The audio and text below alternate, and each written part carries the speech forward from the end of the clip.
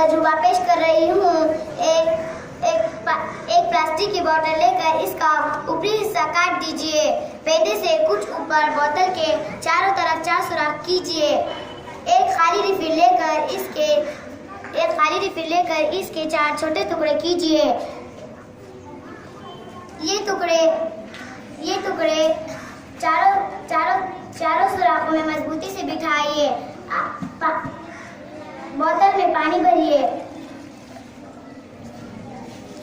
आपको क्या मालूम हुआ? तमाम नलियों से पानी बहने लगता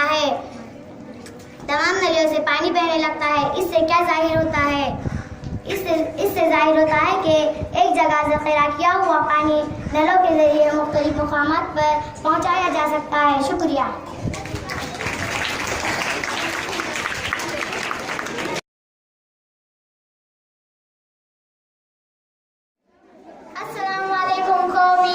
कौमी साइंस दिन के मौके पर मैं शफाफ और गैर शफाफ के बारे में तजुर्बा पेश कर रही हूँ।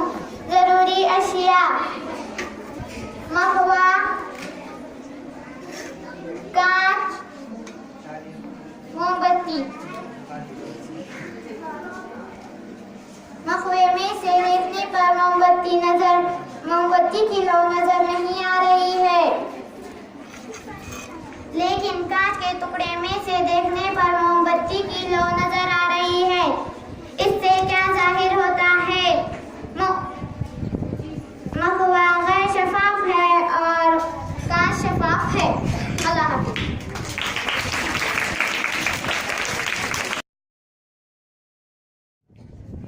अस्सलाम वालेकुम रहमतुल्लाहि व बरकातुहू।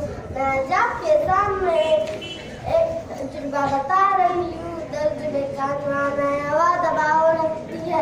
पानी से भरा गिलास लीजिए और ये कागज है। कागज को गिलास के ऊपर रख दे और उस पर हाथ रख कर आहिस्ता से उल्टा करे।